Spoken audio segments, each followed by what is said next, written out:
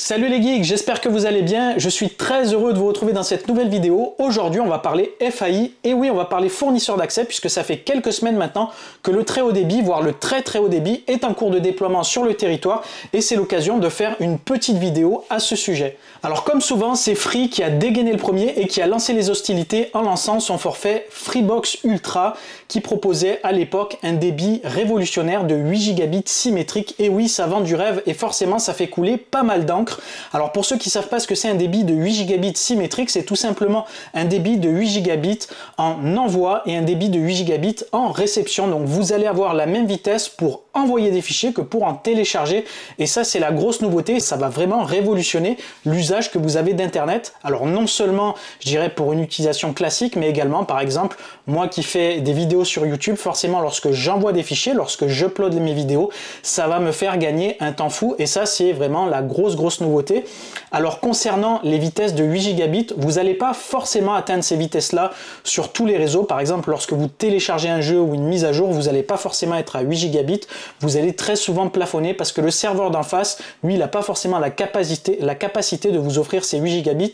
Par contre, là où c'est vraiment très intéressant, c'est lorsque vous êtes plusieurs dans votre foyer. Si par exemple vous avez plusieurs ados qui téléchargent des jeux, qui utilisent à fond Internet et de l'autre côté vous voulez faire de la VOD, du Netflix ou autre, forcément vous aurez suffisamment de bande passante pour pouvoir faire en sorte que tout le monde soit content et un débit ultra rapide. Et ça, c'est vraiment le truc très cool. Alors forcément, face à cette, je dirais, révolution, les autres opérateurs se devaient de réagir et c'est ce qu'ils sont en train de faire, notamment par exemple Orange, puisque je suis client chez Orange maintenant, sont passés depuis le début du mois d'octobre sur le débit en 8 gigabits symétriques et sont en train de le déployer à travers le territoire. Et j'ai eu la chance d'apprendre il y a à peu près une semaine que j'étais également compatible et donc je suis passé sur le débit symétrique et je vais pouvoir vous faire un retour d'expérience dans cette vidéo.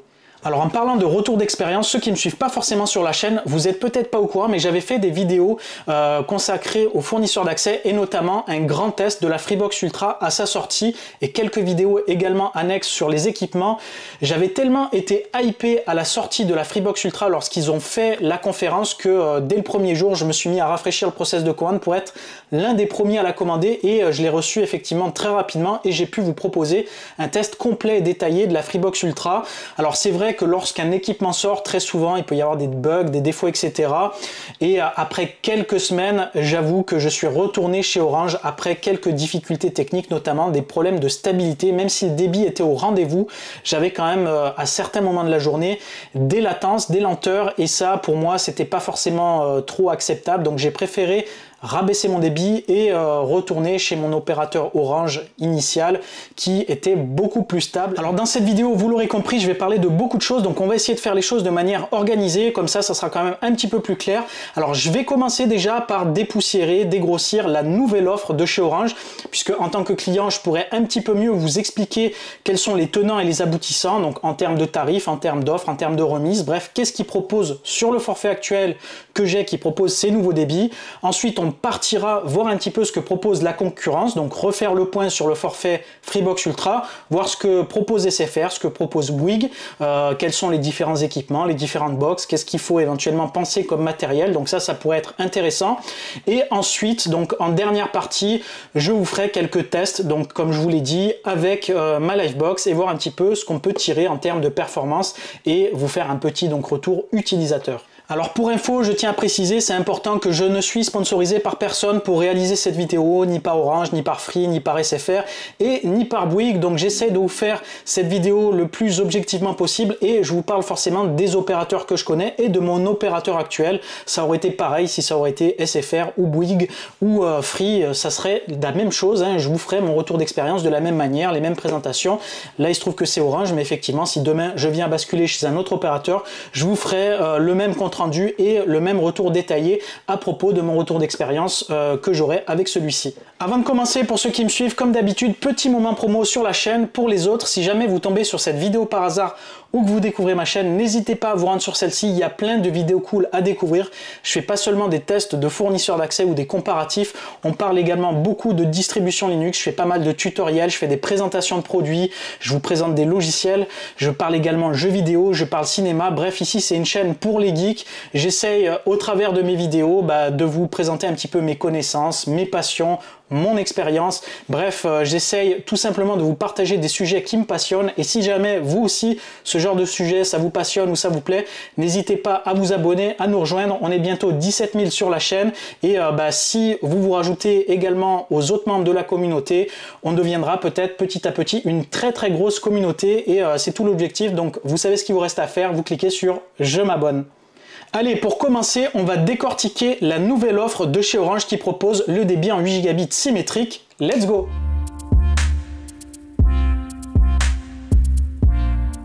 Voici donc la nouvelle offre de chez Orange pour venir concurrencer le forfait Freebox Ultra.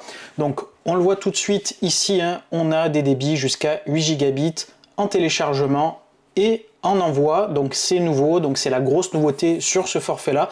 Donc ils ont conservé le même nom, ils ne se sont pas pris la tête, je dirais, au niveau du marketing. Il n'y a pas eu, je trouve, de publicité en grande pompe. Ils ont fait ça un petit peu en catimini, histoire de s'aligner un petit peu et peut-être de le faire un petit peu progressivement le temps que ça monte un petit peu en puissance.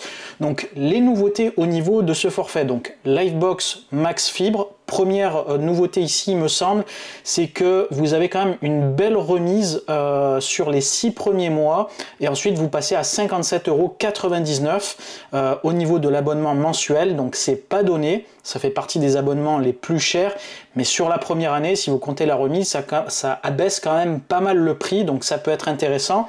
Alors il y a un engagement de 12 mois, donc du coup après cet engagement là, vous verrez si pour vous par exemple, ça vaut toujours le coup d'être au tarif plein pot. Alors il y a quand même une remise pour les personnes qui ont du mobile chez Orange. Alors personnellement, j'ai jamais été chez Orange au niveau du mobile.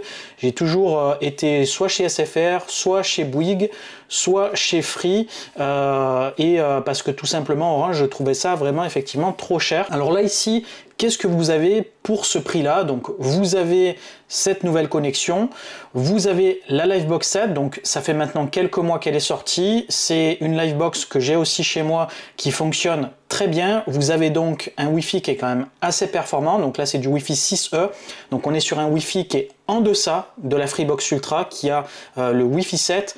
Malgré tout, je le trouve plus performant en termes de portée et en termes, je dirais, de signal.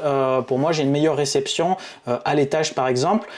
Malgré tout, si jamais vous avez une mauvaise réception, vous avez ici jusqu'à 3 répéteurs Wi-Fi 6 qui sont inclus dans l'offre, donc vous n'avez pas visiblement de surcoût le fait d'avoir le forfait Livebox Max Fibre. Donc du coup vous allez pouvoir, si vous avez une grande maison, pouvoir mettre différents répéteurs, et j'avais fait une vidéo sur la chaîne, il marche très bien le répéteur, j'arrivais vraiment à de très bons résultats, donc ça aussi c'est des points quand même positifs. Alors là c'est du Wi-Fi 6, c'est pas du Wi-Fi 6E, donc attention, on est sur une norme un petit peu en dessous, donc vous n'aurez pas les meilleurs débits a priori, contrairement à Free qui eux aussi proposent donc des répéteurs, et là en ce moment là en Wi-Fi 7. Par contre attention, les répéteurs de chez Free, il leur manque une bande au niveau du Wi-Fi 7, donc du coup il n'est pas aussi performant que ce qu'on pourrait espérer avec du Wi-Fi 7. Alors au niveau de la télé d'Orange, donc là visiblement c'est là où il y a aussi eu du changement pour s'aligner sur Free. Donc visiblement ce qui est nouveau avec donc cette nouvelle offre, vous avez plus de chaînes je pense sur Love TV, puisque j'ai pas mémoire d'avoir 180 chaînes. Donc on va voir tout de suite si on peut avoir accès aux différentes chaînes. Alors hop, je vais quitter le plein écran ici, j'ai ouvert un nouvel onglet, alors je vais cliquer directement ici, ça sera plus simple. Voilà. Donc voilà un petit peu les chaînes auxquelles vous aurez accès. Donc le bouquet classique TNT, ça vous avez l'habitude, donc ça c'est quasiment toutes les box qu'ils proposent. Mais après donc vous avez des chaînes supplémentaires. Donc ici il y a toute la partie divertissement avec MTV et Warner TV, TLC. Donc ça c'est des chaînes aussi qui sont souvent chez la concurrence. Donc vous avez ici ces chaînes là. chaîne musicale ici, donc voilà, il y a pas mal de petites chaînes supplémentaires. Alors il y a des trucs vraiment un petit peu inutiles, mais bon, c'est pour un petit peu gonfler les chiffres, hein. Ils ont 180 chaînes, forcément ici vous avez tous les France 3 de toutes les régions, donc forcément ça ajoute un petit peu au nombre de chaînes, mais après au niveau utile, il n'y a pas forcément énormément de super chaînes. Donc ça c'est pour la partie donc chaîne télé. Donc il y a un nouveau décodeur TV, donc le décodeur TV6, il est plutôt pas mal, hein, tout petit comme ça. Il reprend un petit peu, je dirais, le design, l'esthétique de la Livebox 7, mais encore plus mince, et vous avez cette petite télécommande. Donc on a du Wi-Fi 6, donc on a une meilleure, je dirais, connectivité au niveau du Wi-Fi, et du coup vous n'avez pas besoin de le brancher ou avec du CPL ou autre, il va directement récupérer le signal, et donc vous pourrez le placer où vous voulez pour capter la télé du moment où vous avez un signal Wi-Fi suffisant. Donc vous avez un assistant vocal, vous avez a priori à l'intérieur la possibilité d'enregistrer, et il consomme visiblement un petit peu moins, donc ça c'est quand même assez cool. Et vous avez ici donc de la 4K, du Dolby Atmos, donc a priori toutes les technos un petit peu cool qu'on retrouve sur des petits lecteurs TV. Donc au niveau également des choses qui sont supplémentaires ici, au choix vous avez la possibilité d'avoir un deuxième décodeur TV ou une clé TV, donc ça aussi c'est quand même cool. Et là où ils se sont vraiment alignés, là c'est vraiment du pompage sur Free, c'est une remise de 5 € par plateforme de streaming, et ça c'est vraiment nouveau, puisqu'en fait sur l'offre Freebox Ultra, en réalité ces forfaits là sont inclus dans l'offre et représentent une valeur en gros de 5 €. Bah là en fait eux ils font un petit peu différemment, c'est qu'ils vous offrent une remise de 5 € directement lorsque vous souscrivez sur Netflix. Donc par exemple si vous avez un compte Netflix, vous l'affiliez à votre compte Orange et vous aurez tout de suite une remise de 5 €. Donc du coup si vous avez par exemple le forfait le plus important chez Netflix, ben, vous aurez cette remise là, et ça c'est toujours bon à prendre, et ça fait des économies d'échelle, et là on vient directement concurrencer Free au niveau du portefeuille, et ça c'est quand même assez intéressant. Donc après ici vous avez la partie téléphonie. Alors honnêtement moi je l'utilise pas du tout, ça fait des années que j'utilise plus ça, je pense qu'il y a plus beaucoup de monde qui l'utilise, puisque maintenant on utilise tout ce qui est illimité avec les téléphones portables, donc bon c'est pas forcément intéressant. Et vous avez ici Orange Secure, alors je sais pas exactement ce que c'est, donc on va le découvrir ensemble. Donc Orange Secure, donc c'est un filtre anti-spam téléphonique qui filtre les appels indésirables, donc ça c'est quand même assez pratique pour éviter de se manger tous les appels un petit peu à la con entre guillemets qui essayent de vous spammer. Donc au niveau de la Livebox, donc je l'avais déjà présenté, je crois, quand j'avais présenté l'offre, donc je vais pas vous refaire un petit topo là-dessus. Là on va plutôt parler vraiment des offres. Donc voilà à quoi elle ressemble, hein, la Livebox 7. Donc dommage hein, qu'on n'ait pas le Wi-Fi 7, effectivement, ça aurait été sympa.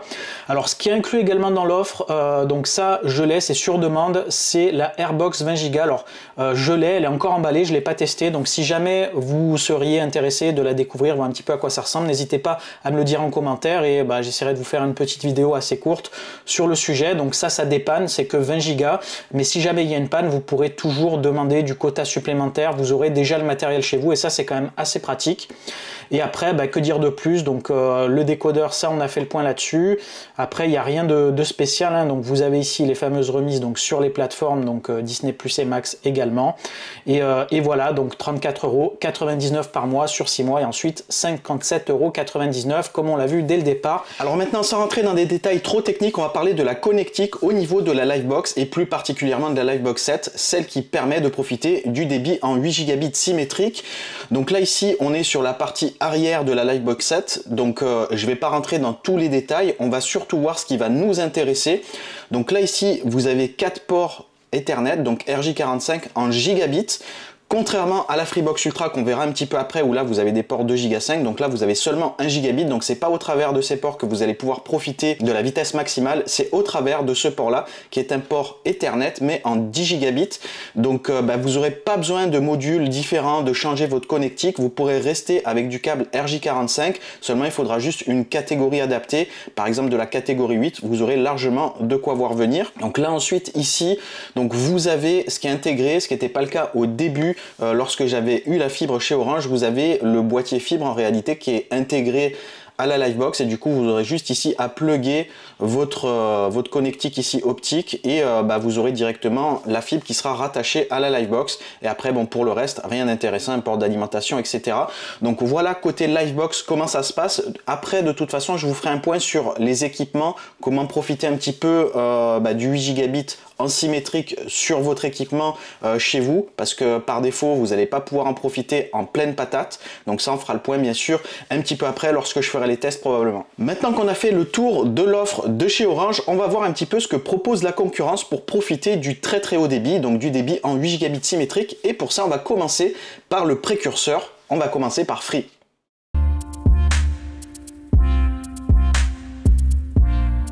Alors maintenant on passe à Free avec son forfait Freebox Ultra. Donc je ne vais pas parler des autres forfaits, ça sera pareil pour les autres opérateurs. On va rester vraiment sur les forfaits à 8 gigabits symétriques, donc ceux qui sont un petit peu moins rapides et moins chers. On va pas les aborder dans cette vidéo.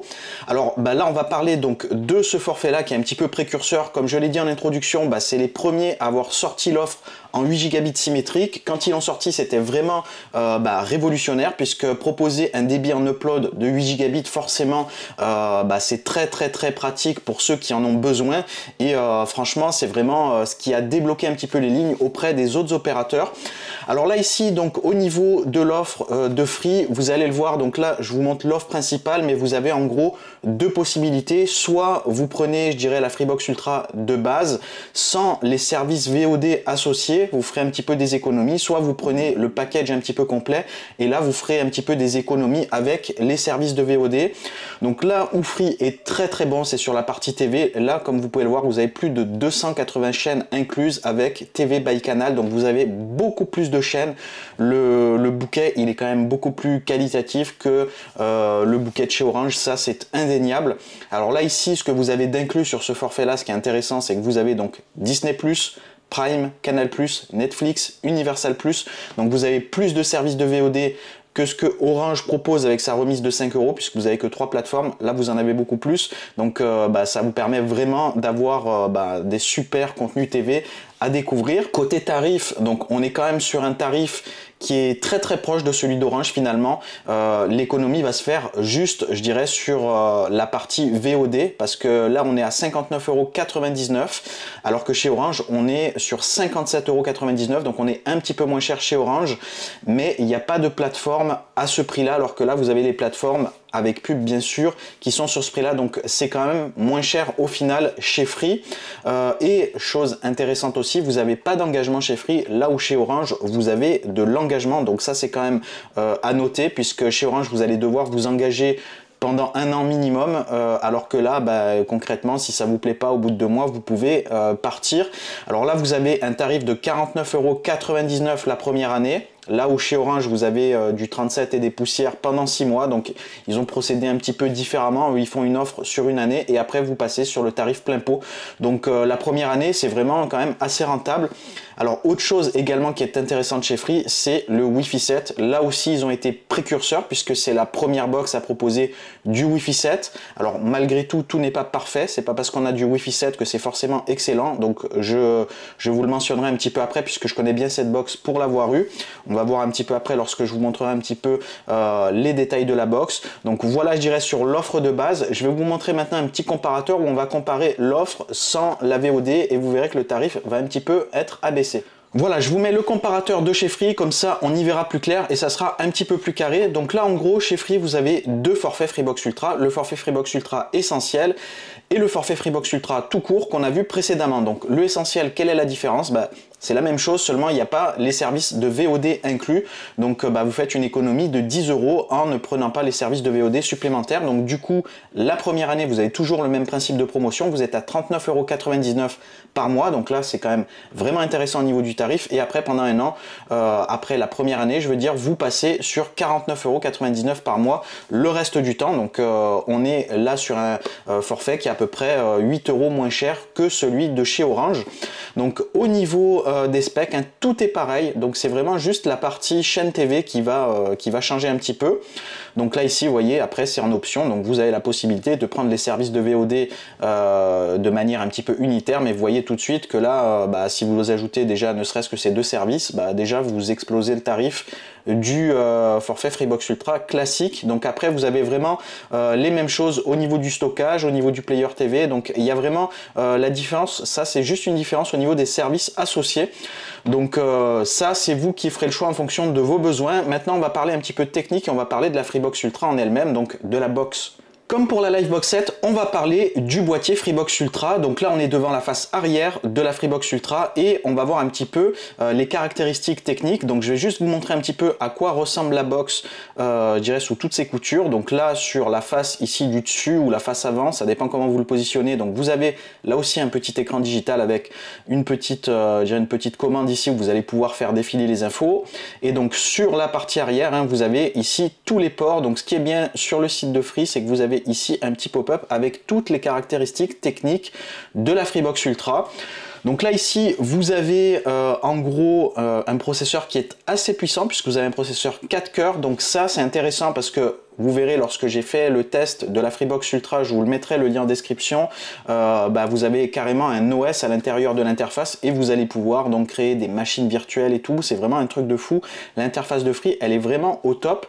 Donc là ici vous avez donc au niveau de la connectique 4 ports 2 Go 5, donc ça c'est une grosse différence par rapport à la Livebox 7, c'est qu'ici vous allez déjà avoir une meilleure connectivité, un meilleur débit au travers des ports, je dirais par défaut, et ça si vous avez une carte réseau 2 Go 5, donc tout de suite vous allez pouvoir en profiter et avoir déjà une augmentation de débit. Ça c'est intéressant parce que sur la Livebox vous allez devoir probablement prendre un équipement supplémentaire, donc je vous le dirai un petit peu après, si vous voulez profiter sur plusieurs appareils d'une connectique plus rapide. Donc là ensuite, changement de stratégie par rapport à la Livebox, ils ont choisi un port SFP 10 Go. Alors ça généralement c'est ce qui se fait côté pro, c'est vrai qu'on n'est pas équipé les particuliers avec de la connectique SFP. Pour moi, d'un côté technique, je pense que c'est un petit peu au-dessus le SFP, puisque c'est des câbles qui sont quand même assez réputés pour passer de la haute bande passante, mais le problème c'est qu'effectivement vu que les particuliers sont pas équipés, il y a eu pas mal de problématiques là-dessus et c'est vrai que choisir ce type de port là, il y a eu beaucoup de problèmes au lancement de la Freebox Ultra, puisque moi par exemple lorsque je l'ai eu, j'avais pas la connectique qu'il fallait, j'en avais commandé qui n'était pas compatible, j'avais pris un module additionnel, ça chauffait, c'était pas bon, etc. Entre temps, ils ont résolu ce souci et vous pouvez commander un petit adaptateur dans l'espace client que vous pluguez directement ici et qui sort du RJ45, et là vous pourrez utiliser les fameux câbles Ethernet que vous avez chez vous. Bien sûr pour le 10 gigabits comme pour la Livebox, il vous faudra suffisamment une catégorie suffisamment performante pour pouvoir vous assurer d'avoir du 10 gigabits fonctionnel, puisque sinon vous allez être limité au niveau du débit.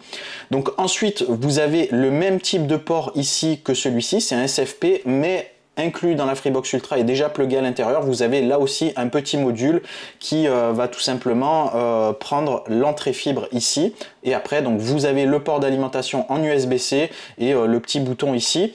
Donc au niveau du Wi-Fi, c'est la partie qui est intéressante. Vous avez donc du Wi-Fi 7 sur la Freebox Ultra, donc ici c'est précisé, donc vous avez du 2 Go 4 2x2 plus du 5 GHz, donc vous avez les bandes qu'on trouve généralement maintenant sur la plupart des box, et vous avez ici donc les bandes en 6 GHz également, donc vous avez des bandes supplémentaires. Par contre attention, ça vous le verrez, donc je vous expliquerai un petit peu ce qui est inclus dans l'offre. Au niveau des répéteurs ici, vous avez bien du Wi-Fi 7, mais vous n'avez pas la bande 6 GHz, et ça c'est bien dommage, puisque vous allez être un petit peu limité au niveau des répéteurs.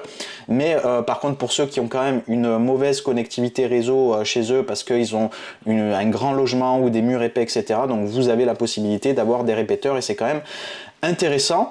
Donc je vais passer maintenant juste en revue ce qui est inclus également en termes de petits trucs additionnels sur l'offre de la Freebox Ultra, et après on pourra passer à l'opérateur suivant. Voilà, donc comme je vous le disais il y a quelques instants, si jamais votre logement est grand, si jamais vous avez des murs épais, bref, si vous captez mal le Wi-Fi, vous aurez la possibilité d'avoir accès à un répéteur Wi-Fi. Donc l'offre inclut un répéteur que vous pouvez demander directement dans l'espace client, il ne sera pas facturé. Par contre, si vous en avez besoin de plus, vous pourrez aller jusqu'à 4, mais les autres seront facturés. Il me semble que c'est une trentaine d'euros de mémoire. Donc corrigez-moi si jamais c'est pas le cas en commentaire. Alors là, chez Orange, par contre, c'est 3 répéteurs, c'est inclus dans l'offre et donc ils seront pas facturés. C'est un petit peu la différence par rapport à Free. Donc Free, ça sera un petit peu plus cher si jamais vous avez besoin de plus d'un répéteur. Alors attention tout de même, hein, comme je vous le disais, si jamais vous prenez trop de répéteurs par rapport à votre pièce et que c'est surdimensionné, à ce moment-là, vous aurez, c'est précisé d'ailleurs dans les instructions, lorsque vous configurez le répéteur, vous aurez tout simplement une moins bonne qualité de couverture. Ça marche un petit peu moins bien si vous avez trop de répéteurs, donc faites en sorte de bien jauger ce que vous avez besoin et de pas trop en prendre, sinon ça sera totalement inutile. Donc sinon, comme je vous le disais, hein, donc c'est du Wi-Fi 7, donc ça c'est intéressant pour ceux qui sont équipés, même s'il n'y a pas encore beaucoup d'équipements en Wi-Fi 7. Par contre, vous n'avez pas la bande en 6 GHz, donc ça sera du Wi-Fi 7 un petit peu entre guillemets low cost. Alors concernant le player TV, vous l'avez à l'image, hein, c'est un petit peu ce que fait Orange, c'est un petit peu le même type de boîtier, donc un boîtier relativement compact qui gère la 4K, qui fait du Dolby Atmos, etc.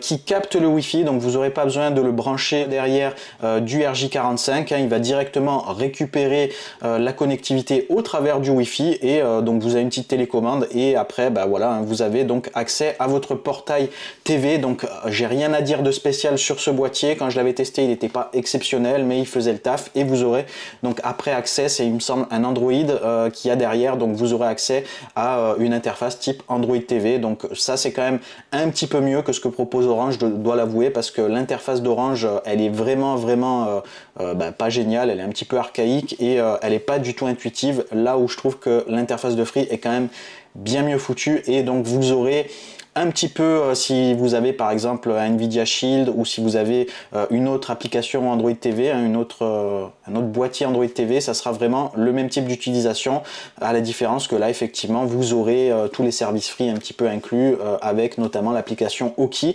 qui fonctionne également sur des boîtiers externes comme l'Apple TV, etc. Donc ça aussi c'est intéressant, c'est que vous pourrez récupérer la TV sur un autre boîtier, pas forcément le boîtier initial, et ça vous permet de pouvoir un petit peu multiplier les players TV sans forcément devoir passer à la caisse côté Free, et ça aussi c'est quand même intéressant de ce point de vue là. Alors pour terminer avec Free, eux aussi proposent leur truc un petit peu similaire à la Orange Airbox, c'est le Pocket Wi-Fi. Donc c'est un petit boîtier qui possède la 4G, un petit modem en gros transportable, où vous pourrez donc profiter de la 4G si vous êtes à l'extérieur, pas forcément chez vous, ou si jamais vous n'êtes pas encore raccordé à la fibre, à ce moment-là vous pourrez donc utiliser ce boîtier là de manière temporaire. Alors vous avez les specs ici au niveau surtout des quotas de data, puisque c'est surtout ça qui est intéressant. Donc vous avez 200 Go par mois avant votre raccordement à la fibre et vous avez 50 Go par mois et ensuite débit réduit au-delà. Concernant donc le reste des mois, lorsque vous aurez votre forfait, vous passez ensuite à 50 Go par mois. Sur l'Airbox de chez Orange, c'est 20 Go, donc on est quand même là aussi un petit peu plus fourni en termes de data, et donc la mise à disposition est de 10 €.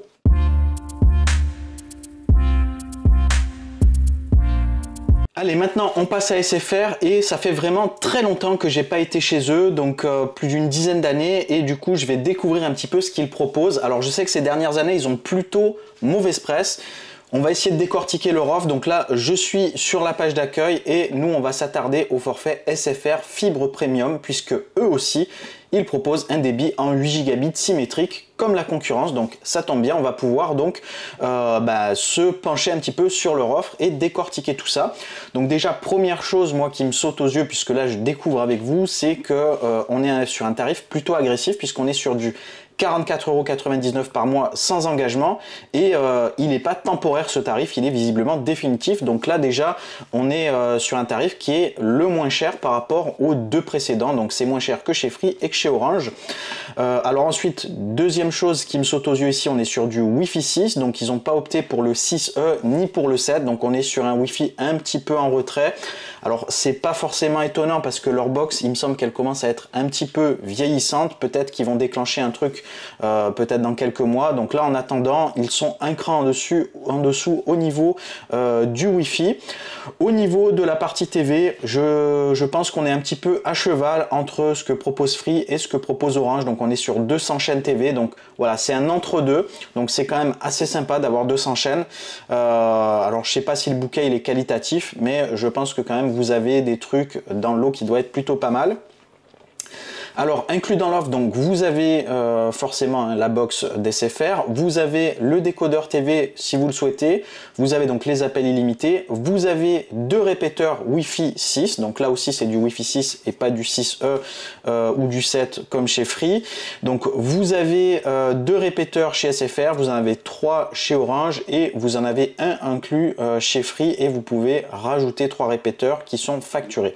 Donc voilà un petit peu c'est différent. Donc vous avez Internet garanti, donc ça on le verra un petit peu après, c'est le même principe que chez Orange et chez Free. Vous avez donc un petit boîtier additionnel comme le Wi-Fi Pocket ou comme le Airbox. Donc vous avez le multi TV pour une deuxième TV, donc si jamais vous avez d'autres TV, vous avez la possibilité d'avoir effectivement le service SFR TV sur une autre télé et vous avez donc inclus au choix, et là aussi c'est quelque chose qui me saute aux yeux, donc les services de VOD mais pendant 9 mois, donc c'est pas sur la totalité de la durée de votre abonnement, donc c'est temporaire. Donc c'est le genre de truc pour lequel il faut bien regarder les petites lignes, parce que pour moi ça fait un peu entre guillemets attrape-couillon, puisque en gros si c'est temporaire ça vaut presque pas le coup de se pencher sur cette partie là, puisqu'après vous allez devoir le payer.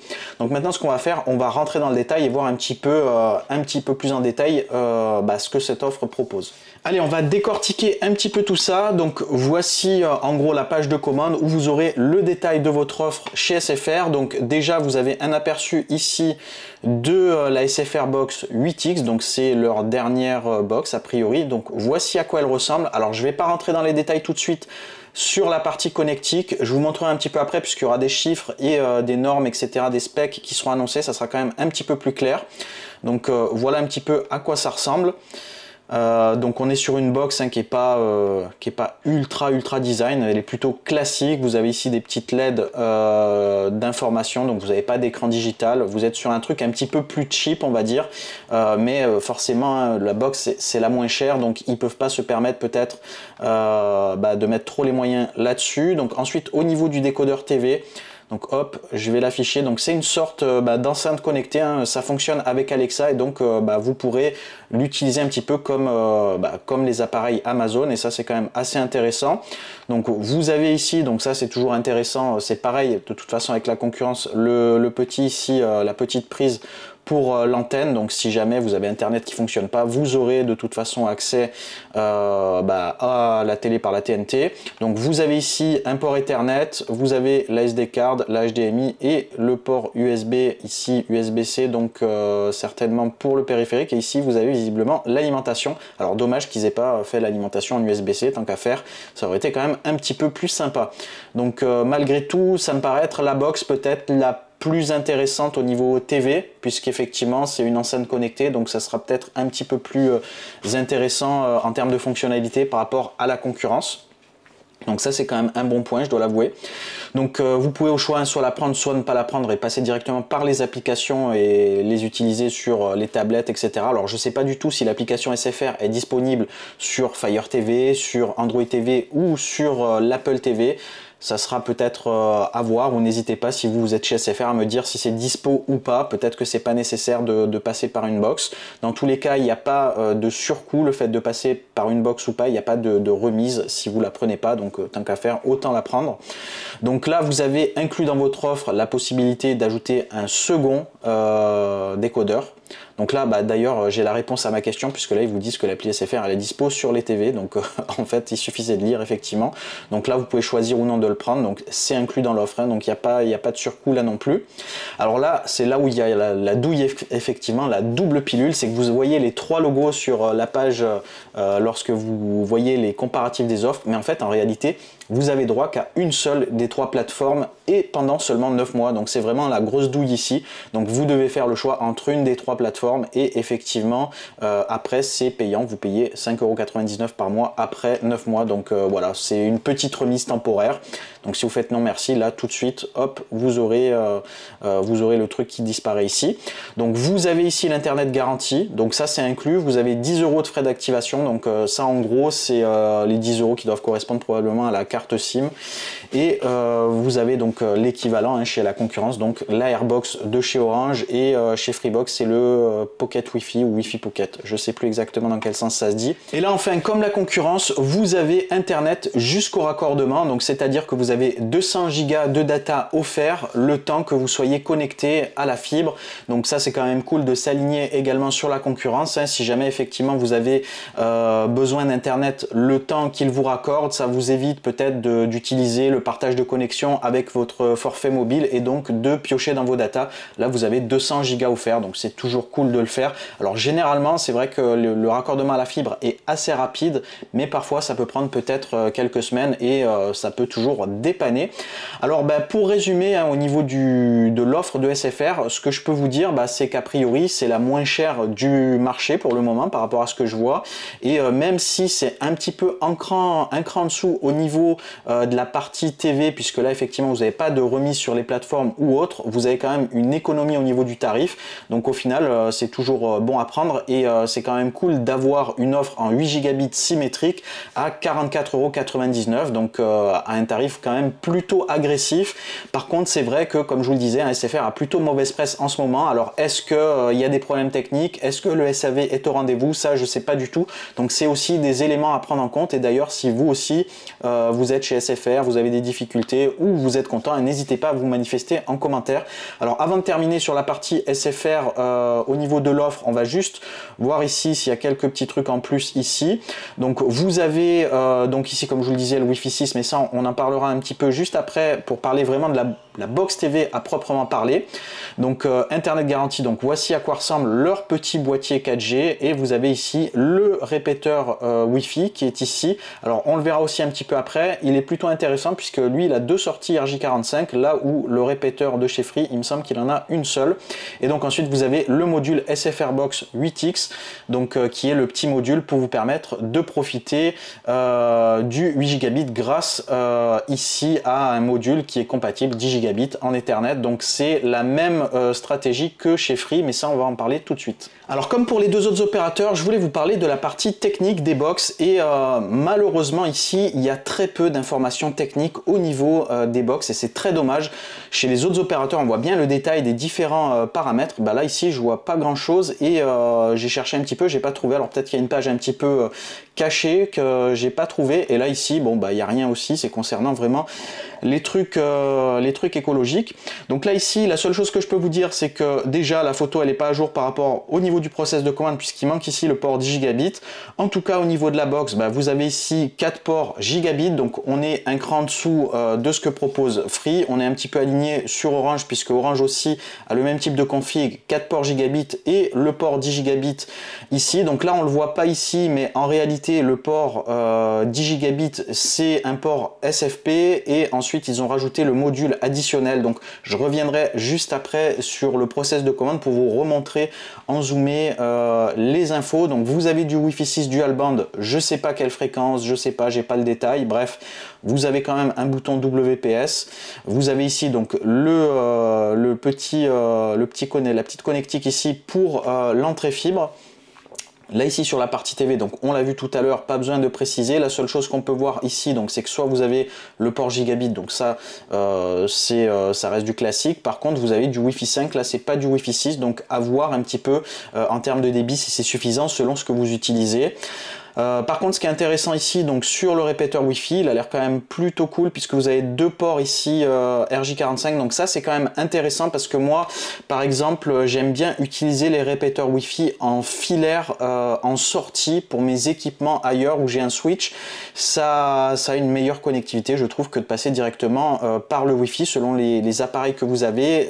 Généralement la carte réseau est plus performante, par exemple sur des Raspberry Pi un petit peu anciens, est plus performante compte en filaire qu'en Wi-Fi. Donc c'est toujours cool d'avoir ce type là. Donc en gros vous pourrez soit mettre en entrée probablement donc votre box sur le premier répéteur, et vous pouvez mettre en sortie un équipement où vous mettez directement deux équipements en sortie. Donc ça c'est quand même assez intéressant. Donc je vais juste revenir ici sur cette partie là, puisque cette photo elle est, je pense, pas à jour et obsolète. Comme ça on aura un petit peu plus le détail sur le boîtier. Voilà, donc je reviens sur le boîtier et voici la photo à jour avec ici le port 10 Go. Donc là c'est bien ce qui va vous permettre d'avoir le débit en 8 gigabits symétrique en passant par ce tuyau là et pas par l'un de ces tuyaux. Et là effectivement on est bien et on est tranquille avec ce genre de connectique. Vous n'aurez pas de difficulté à avoir a priori du très très haut débit. Donc maintenant on va passer à notre dernier opérateur, il s'agit de Bouygues Télécom.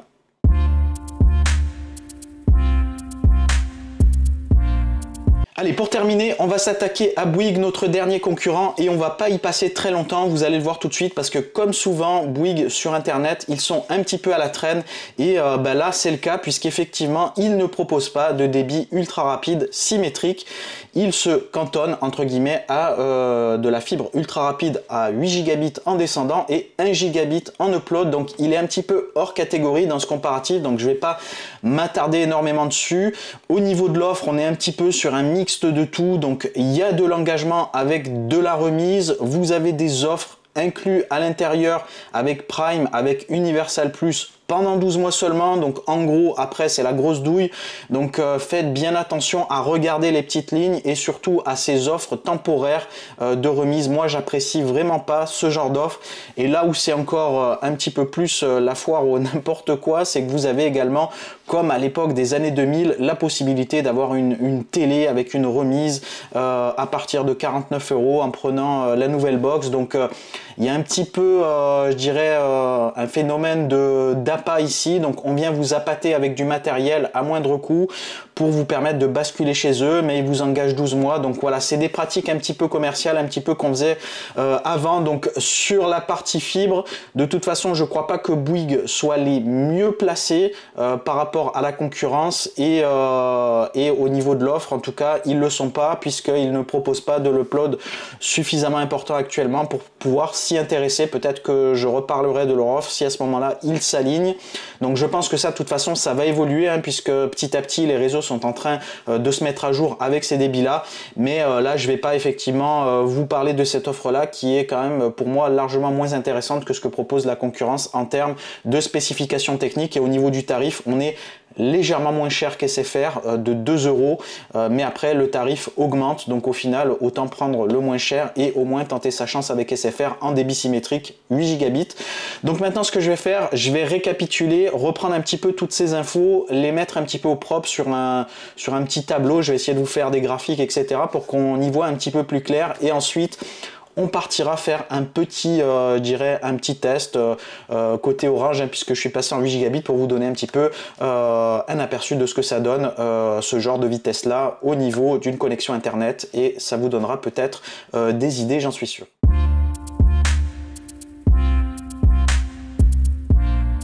Allez, on va découvrir le premier comparatif ici. Alors je vous ai fait un beau graphique pour essayer de vous représenter un petit peu les différences tarifaires entre les différentes offres. Alors je vous ai fait plusieurs tableaux, donc c'est le tarif au 1er novembre 2024. Bien sûr, si vous découvrez cette vidéo quelques semaines, quelques mois plus tard, il peut y avoir des variations au niveau des prix. Alors ce premier tableau, c'est le récapitulatif des offres fibre en 8 Go symétrique. Donc il n'y a pas Bouygues puisqu'il ne le propose pas. Il y a donc Orange, Free et SFR, et là c'est l'offre sans VOD. Donc si jamais vous n'êtes pas intéressé par avoir des services de VOD supplémentaires sur des forfaits, on va dire entre guillemets de base. Alors je vous ai mis les tarifs les plus élevés en rouge et les plus faibles en vert sur deux périodes. Donc il y a la première année et la deuxième année. Alors c'est les tarifs annuel. Alors pourquoi j'ai procédé comme ça? Parce que selon les opérateurs, vous avez des promos pendant quelques mois comme chez Orange, vous avez des promos une année chez Free, vous n'avez pas de promo du tout chez SFR. Donc le plus simple c'est de calculer à l'année, comme ça vous avez une valeur totale que vous aurez dépensée sur un an. Et donc ça pour la première, la deuxième année, et bien sûr après ça sera les mêmes tarifs que la deuxième année. Alors on va commencer par Orange ici. Donc on est à 558 € la première année, donc avec 6 mois de promotion réduction. Et ensuite, on passe à 696 €, donc près de 700 € sans VOD. Donc c'est clairement le plus cher du tableau. Alors Orange a souvent une réputation d'être assez cher. Effectivement, sur une offre assez basique, c'est les plus chers effectivement, mais vous verrez que c'est pas toujours le cas lorsqu'après on va ajouter quelques services. Alors Free, c'est les premiers du classement au niveau je dirais du prix d'appel. Donc la première année c'est 480 € si on n'a aucun service de VOD. Donc effectivement c'est les moins chers pour commencer, mais après on remonte à 600 € puisque la première année il y a 10 € de réduction et après on passe sur une valeur un peu plus importante. Et là vous voyez que l'écart se réduit entre Orange et Free, puisqu'effectivement il n'y a plus que 96 € à l'année de différence.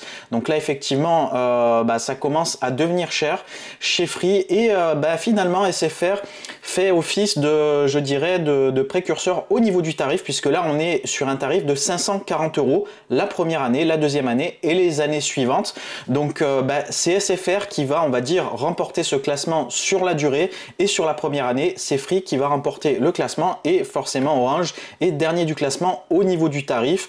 Après les écarts sont pas excessif entre les différents opérateurs, mais c'est quand même important d'analyser ces différents prix pour déjà avoir une fourchette au niveau du tarif. Donc en gros, si vous voulez l'opérateur le moins cher sur la durée, il faudra s'orienter vers SFR si vous n'avez pas besoin de VOD. Alors maintenant, on va analyser ce deuxième graphique. Celui-ci, il concerne les personnes qui seraient intéressées éventuellement par de la VOD, mais de manière modérée, avec par exemple Netflix et Disney+, donc qui sont les plateformes, je dirais, les premières plateformes qui sont sorties et peut-être aujourd'hui qui représentent le plus d'abonnés. Donc en gros, l'idée, ça va être de partir sur ces deux forfaits-là, donc pour des personnes qui ont des besoins un petit peu modérés, puisque chacune des offres du marché propose là actuellement des remises sur ces plateformes-là, et voir un petit peu ce que ça représente en termes de coûts. Alors je fonctionne toujours de la même manière, on récupère les promotions de la première année et ensuite les années suivantes. Donc vous aurez ici effectivement les deux valeurs, et là donc la donne change un petit peu, puisque cette fois-ci c'est Orange qui passe premier. Alors pourquoi Orange passe premier? Parce qu'ils offrent 5 € par plateforme par mois, donc sur Netflix, Disney+ et Max. Donc là les deux plateformes sont concernées, et du coup chaque abonnement vous revient à 99 centimes d'euros par mois. Si vous donc multipliez par 2 et par 12 avec le tarif annuel initial, vous arrivez à 582 €. Donc c'est le premier du classement la première année, puisque la première année chez Free, là j'ai pris le forfait Freebox Ultra qui inclut pas mal de plateformes dont Netflix et Disney+. On part du principe sur ce tableau-là que les autres plateformes ne vous intéressent pas, que vous les auriez de toute façon pas pris, et à ce moment-là, on est sur un tarif de 600 €, donc plus élevé que le tarif chez Orange. Et chez SFR aussi, là c'est le dernier du tableau. Pourtant initialement il a un prix super alléchant, mais pourquoi? Parce que leur remise est un petit peu bizarre, puisqu'elle est temporaire. Donc vous avez en gros une gratuité sur 9 mois, mais sur une seule des deux plateformes, et ensuite vous payez plein pot. Donc au final vous récupérez l'écart donc sur la première année. Par contre la deuxième année, le fait que le forfait initial est vraiment très compétitif, là à ce moment-là vous retombez premier du classement, et c'est cette fois-ci Free qui est dernier, puisqu'on arrive à 720 €. Alors c'est identique au niveau d'Orange, mais pour quelques centimes, c'est Free qui est dernier, puisqu'il y a à peu près 20 centimes d'écart. On est en gros à peu près voilà une vingtaine de centimes d'écart, et donc forcément il faut bien qu'il y ait un dernier, et à ce moment-là c'est Free. Donc en gros, pour les personnes qui seraient intéressées par du débit symétrique et qui sont intéressées que par deux plateformes, Orange la première année est plus rentable, mais après sur la durée SFR reste toujours compétitif. Les écarts restent quand même assez modérés, donc que ce soit Orange, Free ou SFR, on tourne aux alentours, on va dire, quasiment des 700 € en moyenne.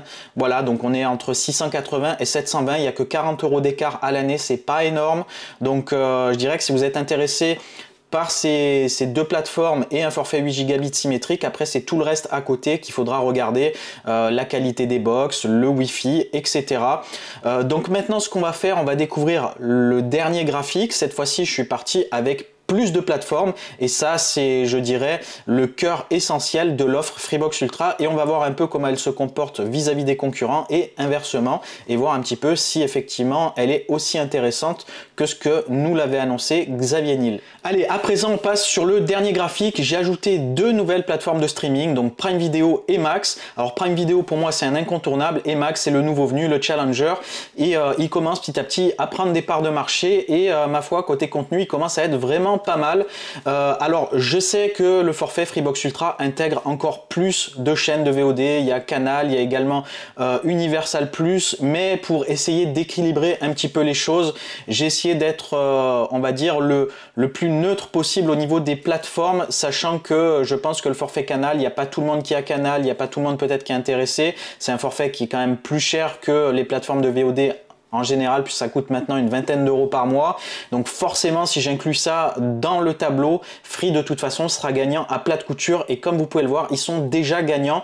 Avec ces 4 plateformes, avec Free, vous serez déjà gagnant au niveau du tarif annuel, que ce soit la première année ou la deuxième année. Alors pour rééquilibrer les choses, j'ai inclus Max parce que Max, chez Orange, il y a une remise de 5 euros. Chez Free, il n'y a pas de remise de 5 euros, donc ça permet un petit peu de rééquilibrer effectivement les scores. Et chez SFR, eux ils offrent Prime Video mais il n'y a pas Max, donc voilà, j'ai essayé de faire un petit peu un medley de tout ça. Je vous ferai de toute façon en détail les calculs, je vous montrerai. Mais ce qui est sûr, c'est que vous le voyez tout de suite, Free, c'est le plus intéressant si vous êtes consommateur de VOD et que vous êtes intéressé par de la fibre ultra rapide. Que ce soit la première année ou la deuxième année, on a les meilleurs scores en termes monétaires, hein, effectivement. Vous ferez des économies. Alors malgré tout, si vous regardez, si vous êtes intéressé uniquement par ces 4 plateformes, mais uniquement ça, je ne parle pas des autres effectivement offres qui sont inclus dans l'offre de chez Free, effectivement, les écarts se réduisent quand même un petit peu avec Orange, puisque là on est sur des tarifs relativement proches, donc finalement ceux qui disent que Orange c'est hors de prix par rapport à Free, c'est plus vraiment le cas sur ce genre de forfait là. On a tendance à avoir des prix qui se rapprochent. Là par contre SFR c'est pas du tout, je dirais, sa tasse de thé, le fait d'avoir des offres de streaming avec le forfait initial, même si le forfait initial est pas cher. Si jamais vous devez prendre plusieurs plateformes, là effectivement il n'y a plus d'économie d'échelle et c'est SFR le dernier du tableau, il est plus cher. Et donc du coup vous aurez compris, si jamais vous êtes intéressé par le strict minimum, SFR c'est un bon concurrent pour faire des économies, mais si vous êtes consommateur de contenu, il faudra s'orienter peut-être vers Free effectivement qui sera le plus rentable. Si après le tarif pour vous c'est pas forcément une problématique, à ce moment-là ou que c'est un point important mais que l'écart vous paraît suffisamment faible pour pouvoir investir, à ce moment-là vous pourrez vous tourner éventuellement sur Orange et comparer de toute façon au niveau technique, voir quel opérateur vous convient, je dirais, sur les autres aspects, pas sur les aspects je dirais TV et sur les aspects services, mais plutôt sur les aspects techniques au niveau de la box, au niveau de la captation Wi-Fi, etc. Et ça effectivement d'un opérateur à l'autre ça peut effectivement varier et moi je connais pas personnellement toutes les box, notamment SFR par exemple, donc je pourrais pas forcément vous en parler. Donc là maintenant ce que je vais faire, je vais vous montrer un petit peu le détail des calculs de ces 3 tableaux que j'ai fait pour que vous voyez un petit peu comment j'ai procédé pour réaliser ces graphiques. Comme ça c'est transparent pour vous et au moins vous voyez vraiment les bases de calcul, les tarifs au mois, etc. Allez, on passe au tableau de calcul, donc ce qui m'a permis de réaliser les graphiques. Donc là ici, je vous ai mis en gros 3 feuilles ici. Donc il y a la fibre sans VOD, la fibre avec Disney Plus et Netflix et la fibre avec VOD, donc les 4 plateformes. Donc là ici, Orange, on voit ici donc le tarif annuel la première année avec les mois et donc ici je vous ai mis les remises.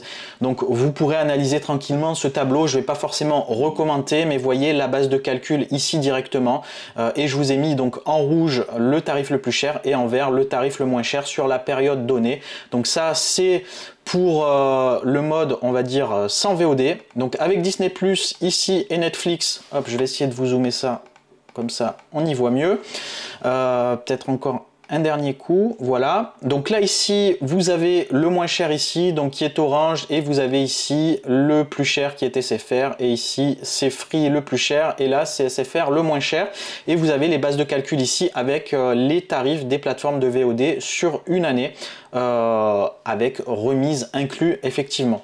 Donc voilà ici le tarif. Et donc ensuite la dernière feuille de calcul ici. Donc la voici, et donc là ici, hein, on voit clairement ici donc que Free est le premier, le leader là-dessus, et SFR est le bon dernier. Donc voilà au niveau des bases de calcul. Donc maintenant je vais vous faire un petit récap au niveau, je dirais, de tout ce qui va être équipement, ce qui est inclus, etc.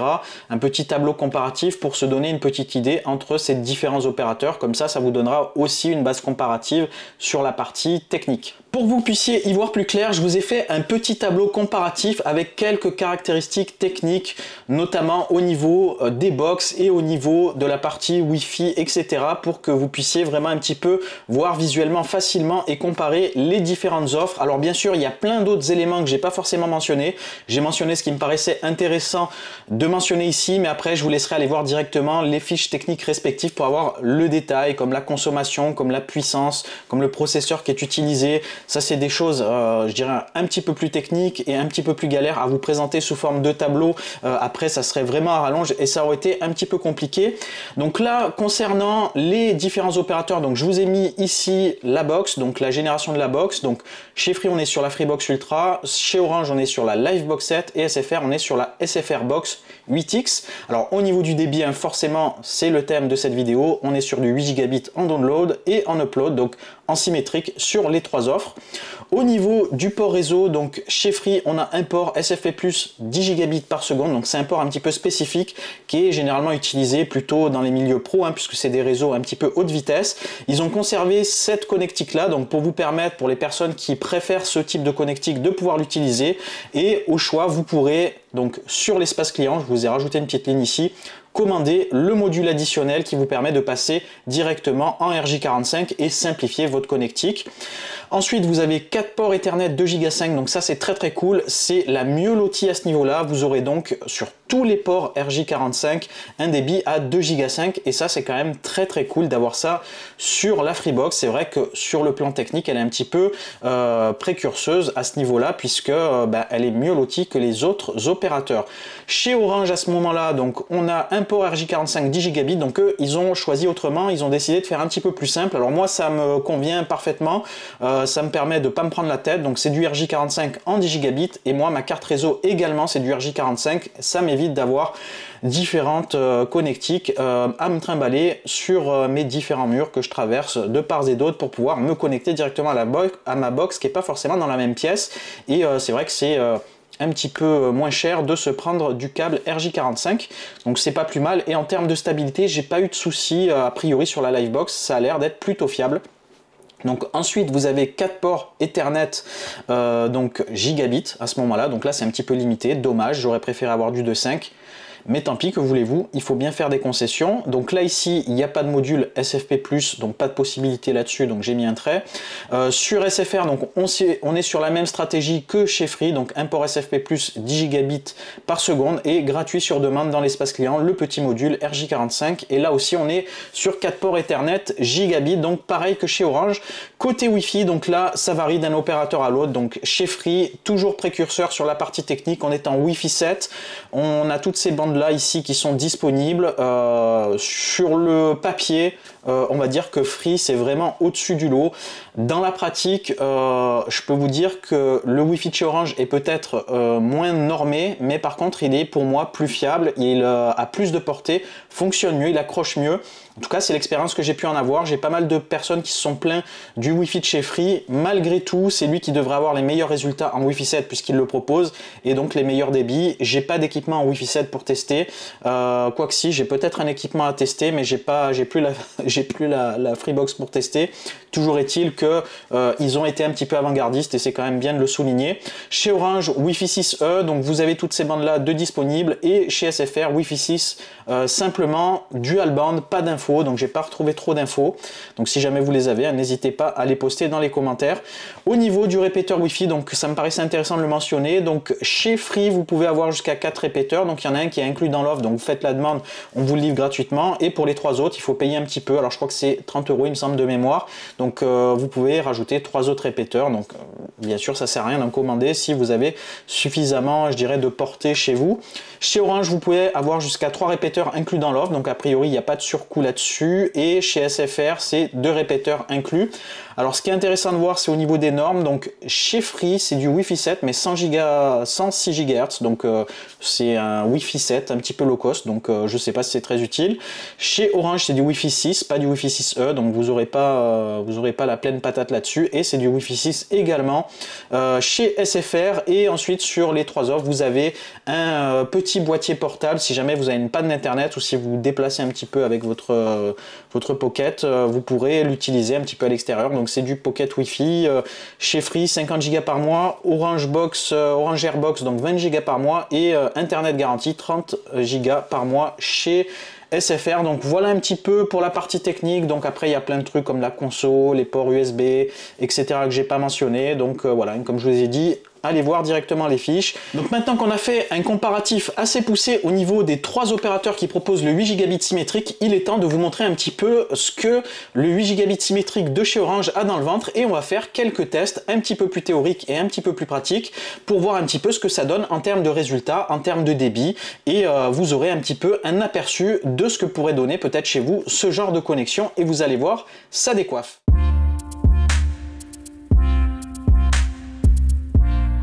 Allez, à présent, quelques tests pour vous donner un petit peu ce que ça donne, la fibre de chez Orange en 8 Go symétrique. Donc comme je vous le disais, ça fait à peu près une bonne semaine que je suis passé sur cette formule-là, et ma foi, ça fonctionne plutôt bien en termes de stabilité. J'en suis quand même très content pour le moment. J'ai pas de lenteur, j'ai pas de latence ni le soir, ni à des moments particuliers de la journée. En tout cas, je sens pas vraiment de ralentissement particulier, toujours de très bons résultats. On va commencer par des tests théoriques, donc avec des speed tests. Donc c'est des trucs souvent qui sont optimisés, faut pas se fier qu'à ce genre de test, mais ça donne déjà une valeur de comparaison avec d'autres fournisseurs. C'est du benchmark, hein. C'est comme les benchmarks pour les cartes graphiques ou les CPU. Très souvent, il faut pas se fier à ça et après aller directement dans les jeux pour tester en applicatif. Donc c'est ce qu'on va faire. On va faire du test théorique et après on fera quelques téléchargements vraiment directement via des fichiers ou via des jeux vidéo, etc. Donc on va commencer ici par un serveur Orange à Marseille. Donc on est de Orange vers chez Orange et on va voir un petit peu ce que ça donne. Donc vous allez voir forcément sur des serveurs Orange, j'ai un très bon ping. Là au niveau du débit descendant, alors c'est ce que j'ai remarqué, je suis sur du 5,5 gigabits à peu près, donc j'atteins pas les 8 gigabits en téléchargement sur le serveur d'Orange. J'ai eu des meilleurs scores sur d'autres serveurs, et en upload, là effectivement c'est là la valeur vraiment qui m'intéresse énormément, et là je suis à 7694 mégabits, donc je suis à 7,6 gigabits, bref je suis quasiment au taquet, et donc ça c'est quand même très positif. Donc maintenant ce qu'on va faire, je vais changer de serveur, on va faire un autre test sur peut-être 2-3 serveurs avec speed test, on fera du test avec nperf et après on changera un petit peu de protocole de test. Allez, je passe sur du serveur Bouygues, toujours sur Marseille, donc comme ça je suis proche de ma localité. Et on va faire un nouveau test ici.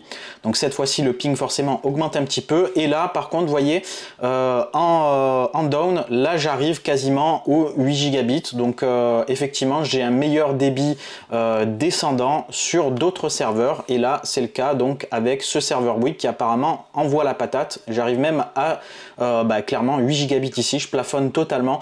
Et ça c'est très cool. Donc là, ça fonctionne plutôt bien. Vous avez vu, il n'y a pas de creux. Ça monte vraiment en flèche et j'ai pas de problème particulier lors de ce test-là. On va faire un autre serveur et après, donc, on passe au nperf. Allez, dernier test sous speed test, on passe cette fois-ci sur un serveur SFR sur Toulouse, donc un petit peu plus éloigné, et on va voir un petit peu ce que ça donne. Donc forcément, il va y avoir des variations ici. Alors, les résultats ne sont pas forcément liés à votre connexion, ça vient aussi du serveur d'en face, donc ça peut varier effectivement. Donc là, j'arrive à des valeurs aux alentours des 5 gigabits. Il y a eu un petit pic à 7 gigas, mais voilà, on plafonne à peu près à 5 gigabits. Donc, est-ce que ça vient de ma connexion? Est-ce que ça vient du serveur d'en face? Point d'interrogation. Ce qui va être important, c'est de voir la stabilité sur le long terme, voir si vous avez ces valeurs-là qui, on va dire, qui sont régulières et que vous n'avez pas de grosses chutes de débit à certains moments de la journée. Donc là, on est quand même sur des valeurs largement acceptables. Et ce qui est important ici, c'est qu'on a donc des grosses valeurs, mais surtout qui sont symétriques. Donc on a bien cette symétrie et ça, c'est vraiment intéressant. C'est ce qui est tout l'intérêt de cette offre-là, c'est de pouvoir avoir une capacité en upload qui va vraiment être décuplée. Ça, c'est très intéressant. Au niveau du ping, on est sur du 17 millisecondes, donc c'est pas le meilleur ping possible, mais on reste sur des valeurs quand même assez acceptables pour de la fibre. Donc maintenant, on va faire un petit nperf. On va voir un petit peu sur d'autres serveurs. Je sais qu'il y a des serveurs free. On va voir un petit peu ce que ça donne en termes de résultats. Et ensuite, on fera des tests un petit peu plus concrets. Allez, nouveau test cette fois-ci sous nperf. Donc prenez bien l'application, que ce soit Speedtest ou nperf, pour réaliser les tests de débit, parce que sinon vous allez être bridé par votre navigateur. C'est important de le savoir. C'est une erreur que j'avais faite il y a quelques mois de ça, lorsque j'avais testé la Freebox Ultra. Effectivement, j'avais des limites là-dessus. Donc là, je teste un forfait, je teste un serveur free à 40 gigabits seconde. Donc on a largement la tuyauterie nécessaire pour avoir de bons résultats, et on va voir un petit peu ce que ça donne. Donc en termes de débit, donc là on voit qu'on commence à monter sur des valeurs assez intéressantes, et on a une courbe qui est quand même assez assez lissée. On arrive, on claque même les 8 gigabits, donc c'est plutôt pas mal en termes de score. Et en envoi, qu'est-ce que ça dit? En envoi, donc ça monte en puissance. Et là, là aussi, on a de très bons résultats. On arrive vraiment à de très bons résultats. Alors, pour tout vous avouer, j'avais même pas fait ce test. Je le découvre avec vous. Et franchement, très positif. On arrive vraiment sur des valeurs de 8 gigabits. J'ai ce pourquoi je paye mon forfait, et ça fait vraiment plaisir. Donc on va se faire un dernier serveur sur nperf, et puis après les tests un peu théoriques, je pense que ça sera bon pour cette fois-ci. Allez, cette fois-ci, je vais faire une sélection automatique, on va voir ce qu'il me préconise et on va voir ce que ça donne. Allez, c'est parti. Donc il me prend du Orange à Marseille. Donc je ne sais pas si c'est le même serveur que de l'autre côté. Donc là on a une tuyauterie en 10 gigabits, donc on est sur une capacité de réseau qui est plus faible que ce qu'on a vu tout à l'heure, et là on tape encore du 8 gigabits, donc on remplit bien le tuyau. Et là, comme vous pouvez voir, la courbe de débit, c'est de l'orange vers de l'orange, donc forcément il y a peut-être moins de pertes, mais là on a des résultats très lissés, très linéaires, une belle courbe. Donc écoutez, là aussi très bon résultat. Donc je vais le laisser tourner jusqu'à la fin et on en aura fini pour ce test. Donc voilà, comme je vous l'ai dit, je le découvre avec vous, et là donc forcément vous voyez le ping lorsque vous faites du orange vers du orange, donc du réseau un petit peu entre guillemets interne, vous avez un ping de 1 milliseconde, donc très beau score et une belle courbe. Donc maintenant on va passer à du concret, on va voir un petit peu comment ça se comporte sur Steam par exemple pour télécharger un jeu en termes de débit, et on va faire quelques plateformes de jeux vidéo parce que c'est généralement les trucs assez lourds qu'on télécharge. Alors concernant les tests d'upload, on va se baser sur les tests que je viens de réaliser avec nperf et Speedtest. Là on a bien vu que les débits avaient largement augmenté et qu'on avait réussi donc à atteindre des débits symétriques. Donc la tuyauterie a bien entre guillemets été débloquée, et donc vous aurez forcément un impact lors de vos chargements de fichiers, donc que ce soit des uploads sur YouTube, sur des serveurs ou autres, vous allez bénéficier de ce gain de vitesse. Mais il y a beaucoup d'éléments qui rentrent en jeu pour savoir à combien vous allez uploader. Ça va dépendre du serveur d'en face, et ça vous le verrez sur la suite des tests lorsqu'on fera des tests de téléchargement donc de jeux ou de fichiers. Vous allez voir qu'effectivement, même si vous avez une pleine vitesse théorique, vous n'allez pas forcément atteindre toujours ces vitesses là. Ce qui va être intéressant, c'est le cumul des vitesses que vous pourrez atteindre avec différents utilisateurs au sein de votre réseau. Donc c'est tout l'intérêt aussi d'avoir de la ultra haute vitesse et pouvoir se partager du débit entre utilisateurs. Donc là en tout cas, ce qui est sûr, c'est que avec le passage en 8 gigabits symétrique, j'ai bien eu la répercussion au niveau du réseau, donc je vais forcément en bénéficier. Donc maintenant, place au test de débit au niveau téléchargement, donc sur des gros fichiers de jeu et des gros fichiers ISO. Allez, je me suis mis sur Steam et je lance l'installation et donc le téléchargement de Batman Arkham City GOTY. Il fait 17 Go, donc ça reste assez volumineux pour pouvoir tester un petit peu le débit. Donc on va reprendre le téléchargement et on va voir un petit peu quelle vitesse on atteint. Donc vous allez voir tout de suite que là de toute façon sur ce genre de plateforme vous n'arriverez pas à atteindre les 8 gigabits, c'est assez rare, même si vous aurez quand même de très bons résultats. Je pense que vous serez quand même assez bridé pour que tout le monde puisse un petit peu télécharger ces jeux de manière confortable. Je pense aussi, ça doit être un petit peu bridé, mais donc là on dépasse le gigabit, donc déjà on dépasse, je dirais, la vitesse classique que vous avez sur un port gigabit de votre ordinateur. Donc effectivement là on a un intérêt à avoir des vitesses plus rapide, vous allez gagner encore des minutes de téléchargement. Donc vous voyez, on est sur 1,4 gigabits, donc on peut aller jusqu'à 8 gigabits, donc là on les atteint pas, on monte à 1 giga 5, mais ça prend 1 minute à installer 17 gigas, donc c'est largement confortable. Je monte à 1 giga 6, donc n'hésitez pas, vous d'ailleurs, si vous avez par exemple un autre forfait, SFR, si vous avez Free, de me dire quelles sont vos valeurs de téléchargement maximum que vous atteignez sur une plateforme comme Steam par exemple, voir si vous arrivez à, par exemple, à dépasser les 2 gigabits ou les 3 gigabits. Moi, il ne me semble pas avoir déjà dépassé ces vitesses-là. Là, a priori, la vitesse maximale que j'ai atteinte, c'est 1,8 gigabits. Mais après, là, ici, on est à peu près sur 1,3 gigabits. Donc ça aussi, attention, ça va dépendre des performances de votre disque dur. Si vous atteignez la capacité maximum que ce qui peut encaisser en termes d'écriture, il va y avoir effectivement des pertes.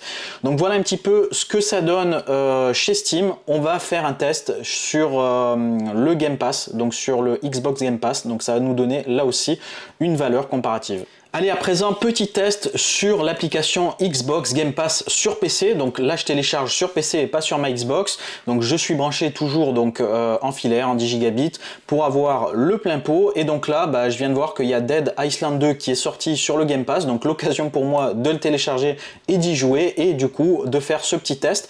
Donc le fichier, il est assez lourd. Enfin, les fichiers sont assez lourds. 90 Go de fichiers, donc largement de quoi faire un test. Alors généralement j'ai pas des scores oufissimes avec Xbox, mais j'ai fait quelques tests et ma foi c'était plutôt positif.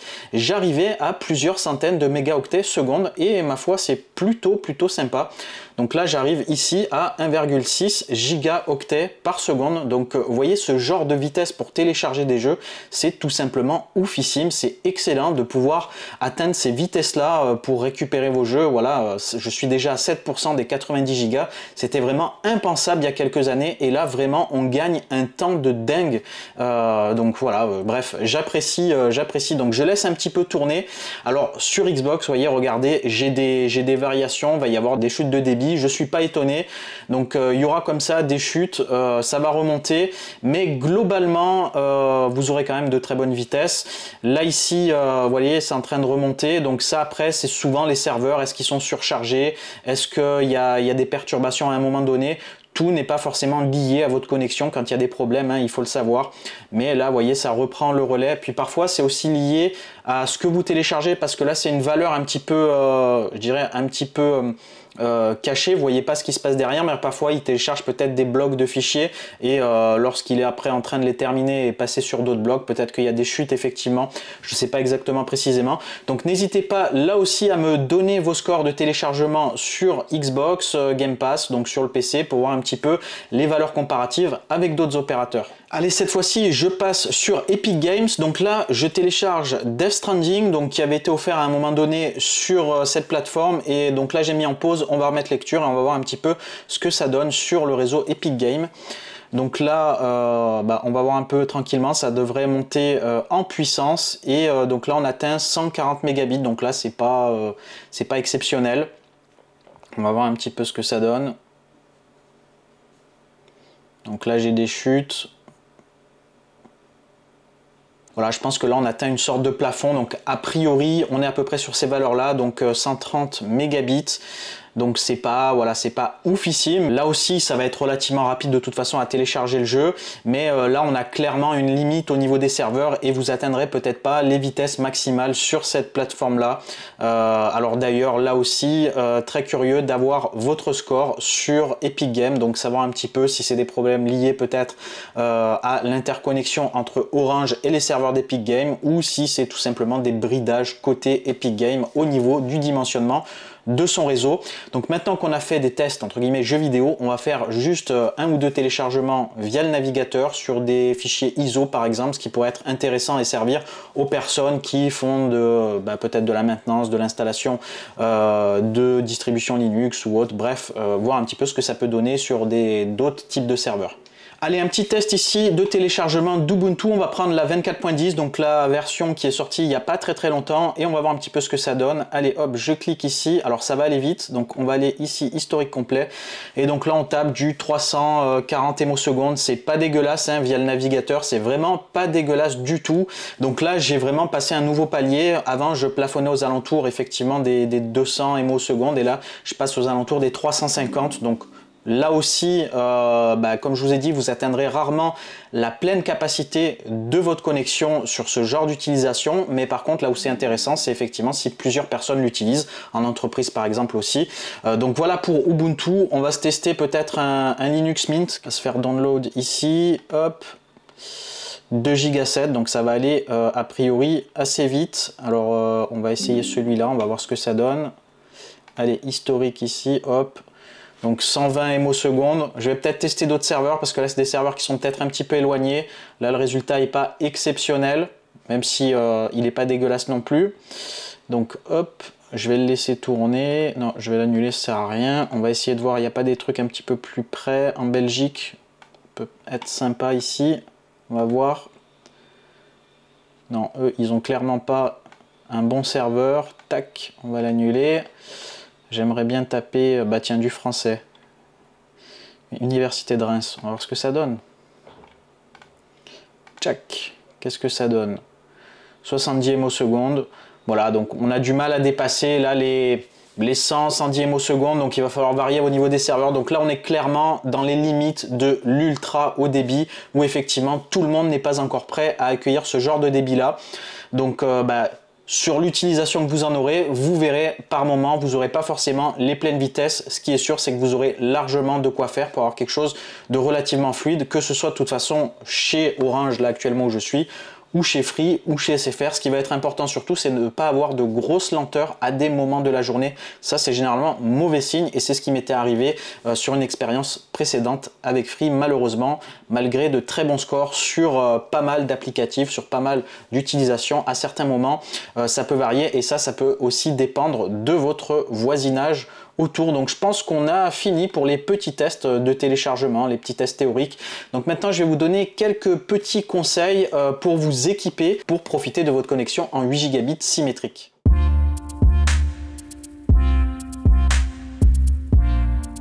Allez, après tous ces tests et avant de conclure, on va faire un petit point sur l'équipement qu'il vous faut pour profiter au mieux de votre réseau en 8 Gb symétrique. D'avoir vu ces vitesses, effectivement, ça donne peut-être envie, mais vous savez peut-être pas forcément qu'est-ce qu'il va vous falloir comme équipement pour pouvoir booster au max votre connexion. Alors déjà, ce qu'il faut savoir, c'est qu'il va falloir passer votre réseau en 10 Gb pour pouvoir profiter de ces vitesses-là sur votre ordinateur. Et ce qu'il faut savoir, c'est que la plupart des équipements aujourd'hui, PC, ordinateur portable, NAS, sont équipés de cartes réseau gigabit, donc vous ne pourrez pas bénéficier de ces vitesses-là sur la plupart de vos équipements. Il va falloir donc s'équiper de manière supplémentaire pour pouvoir passer votre réseau à une vitesse supérieure.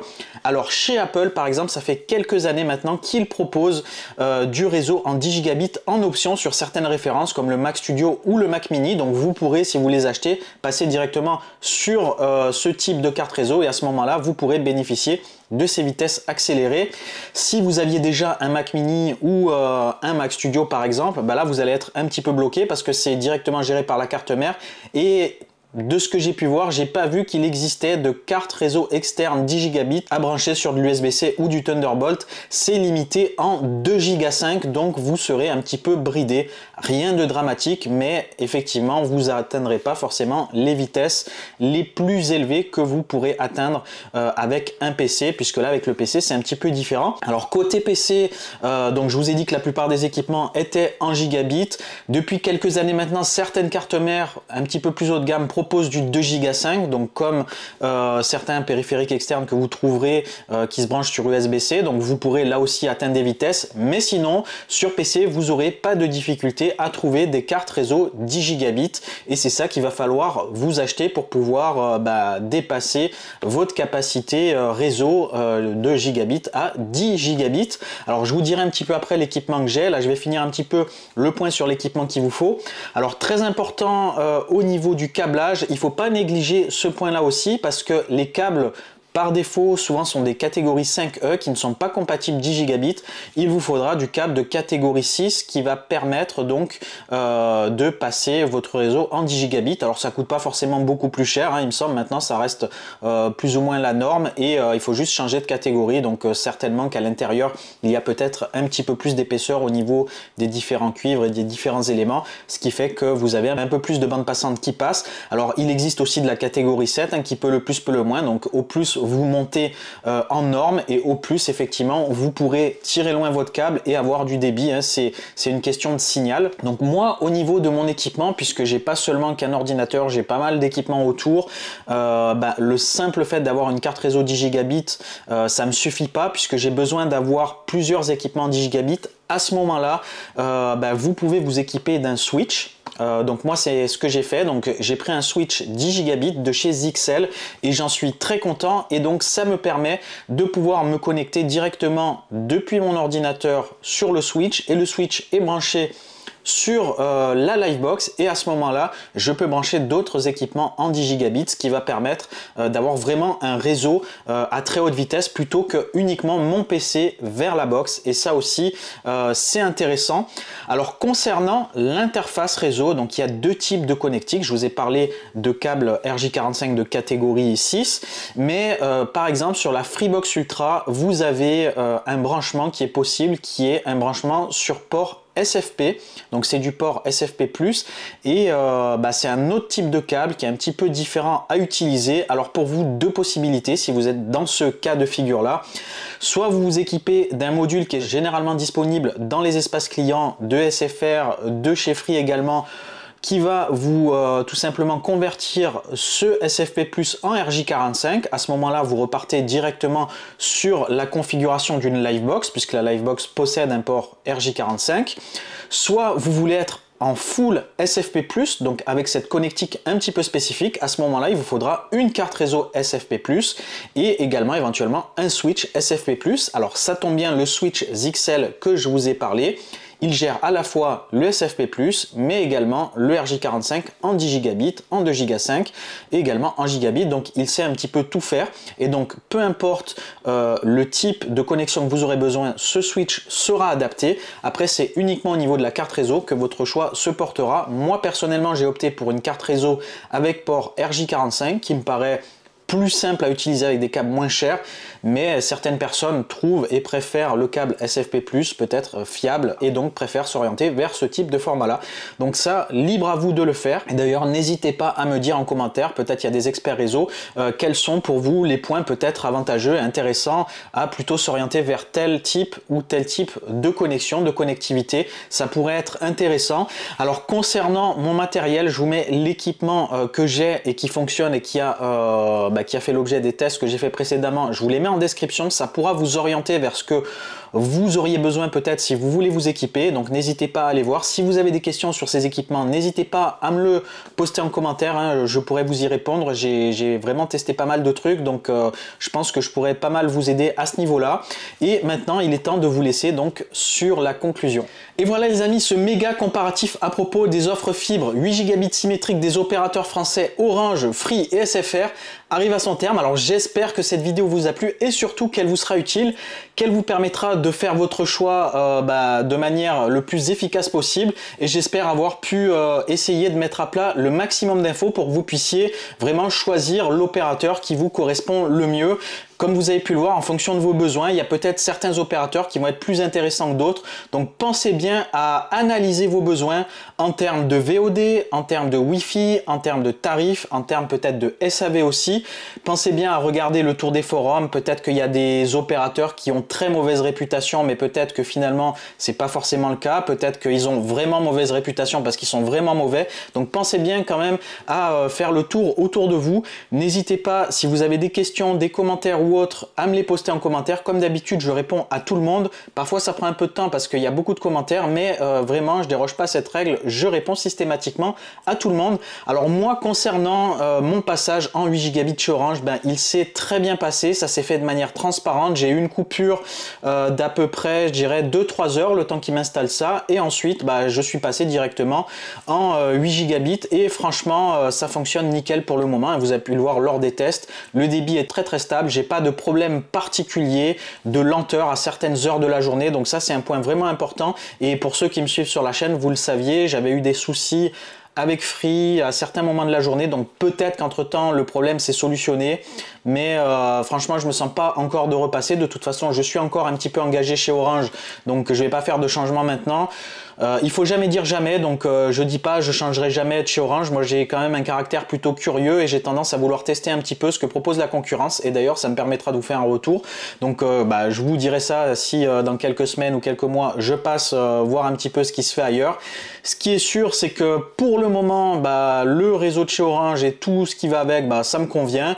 Mais bien sûr, hein, ça peut être pas forcément le cas pour vous, et bah, ce petit comparatif va servir à ça. Donc bah, n'hésitez pas à le consulter, à le reconsulter, à comparer un petit peu les différents points, les différents tarifs, et bah, faire votre choix. Et n'hésitez pas d'ailleurs en commentaire à me dire si cette vidéo vous a aidé peut-être à faire votre choix ou autre. Si jamais vous avez besoin de tests spécifiques ou d'infos spécifiques, hein, n'hésitez pas également à me le demander. J'essaierai de voir si je peux vous faire ça rapidement, peut-être directement en commentaire ou sur un article sur le site directement.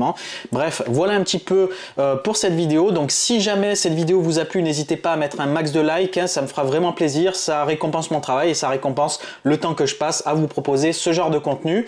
Alors j'ai comme d'habitude toujours plein de contenu à vous préparer, j'ai une liste qui s'allonge, je note à chaque fois les idées, parfois vous me donnez pas mal d'idées et là aussi je les note. Je sais qu'il y en a certaines, j'ai plusieurs mois de retard, mais quand ça viendra je le ferai de manière appliquée comme j'essaye de le faire là, et bah, j'espère que ça vous plaira là aussi. Donc bah, si jamais vous n'êtes pas encore abonné, bah, là aussi n'hésitez pas à vous abonner. Pour ceux qui veulent me suivre, hein, n'hésitez pas à me rejoindre sur les réseaux sociaux, donc notamment sur X. Vous pouvez me rejoindre sur Instagram, vous pouvez également vous abonner à la page Facebook, et aussi vous pourrez me retrouver sur TikTok. Alors j'attends que sur YouTube les formats 3 minutes soient activés, puisque visiblement c'est pas le cas, et à ce moment là j'essaierai de faire des formats un petit peu plus courts que je pourrais poster à la fois sur YouTube et sur TikTok. Donc vous pourrez également vous abonner pour ceux qui veulent ce genre de format directement. Bref, sur ce, moi je vous dis à très bientôt, portez-vous bien, ciao les geeks!